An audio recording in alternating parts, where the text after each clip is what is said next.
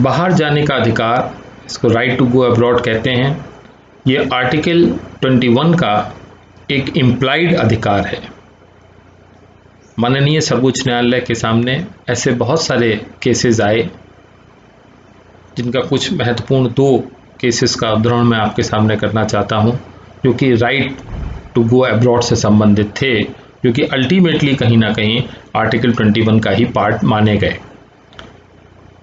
जिसमें पहला केस है, जिसको हम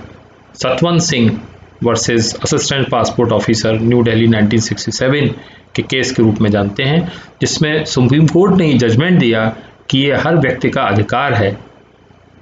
कि वो विदेश जाए, अनटिल अनलेस वो अदरवाइज हेल्ड अप नहीं किया गया है, और ये आर्टिकल 21 का ही एक हिस्सा है। ये उसकी पर्सनल चॉइस है विदेश जाना।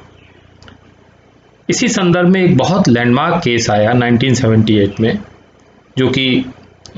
श्रीमती मेनका गांधी जी की पब्लिक इंटरेस्ट लिटिगेशन के माध्यम से सुप्रीम कोर्ट में दायर किया गया, जिसमें केस कुछ ऐसा था कि एक जर्नलिस्ट जो कि विदेश जाना चाहती थी, उनको बिना किसी वैध कारण को बताए हुए उनको विदेश जाने से रोका गया और उनके पासपोर्ट को इम्पाउंड कर लिया गया, जिसके against Maneka Gandhi PIL supreme court में लाई। और उसमें जो section 10(3)C Indian passport act का है, जिसके अंतर्गत पासपोर्ट ऑफिसर का ये राइट है कि वो पब्लिक इंटरेस्ट में किसी के भी पासपोर्ट को इम्पाउंड कर ले, उसको चैलेंज किया, उसकी वैधता को चैलेंज किया। और इस केस में सुप्रीम कोर्ट ने निर्णय दिया कि जो section 10(3)C Indian passport act का है वो इनवैलिड है, वो उसको वाइड करार दिया, उसको रद्द किया, और ये कहा कि इसमें जो प्रावधान दिए गए हैं वो स्पष्ट रूप से ये नहीं बताते कि किन कारणों से किसी व्यक्ति का पासपोर्ट रद्द किया जा सकता है। तो अनटिल अनलेस क्लियरली स्पेसिफाइड कि इन वजहों से किसी व्यक्ति का पासपोर्ट रोका जा रहा है या उसको विदेश जाने से रोका जा रहा है, उसको नहीं रोका जा सकता, क्योंकि आर्टिकल 21